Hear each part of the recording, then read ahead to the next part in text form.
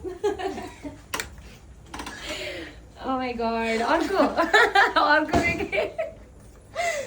Hello everyone. So यहाँ नानुहरू चाहिँ होइन उहाँहरू हुन त यहीँको हुनुहुन्छ, यहीँको हो नानुहरू, बट काठमाडौँ नै बस्ने गरिरहेको नि त। सो दसैँ आइरहेको छ, दसैँको भ्याकेसनमा आउनु भएको छ नानुहरू, अनि एकदमै ठुलो फ्यान देउरको भन्दा नि मेरो यता देउर बाबु पनि हुनुहुन्छ, अनि सो देउर भन्दा नि अझै बढी राम्रो लाग्छ अरे होइन। यो नानु चाहिँ यस्तो खतरा डान्स गर्छ, मैले देउर बाबुको भिडियोमा चाहिँ हेरिरहेको थिएँ, बट भेटेँ पनि, राम्रो मलाई नि खुसी लाग्यो है।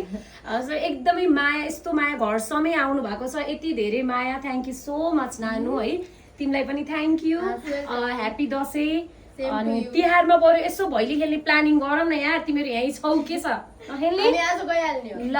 मम्मी कस्तो जाऊ ल कि साथीहरू। मैले चाहिँ एकचोटि भेटाउँछु भनेर होइन, यति धेरै माया। मैले फेरि पहिला नि भनिरहेको, हामीलाई चाहिँ यस्तै एजको बहिनी भाइहरूले चाहिँ फेरि देउर भाउजूलाई धेरै माया गर्नुहुन्छ होइन, एकदमै खुसी लाग्छ।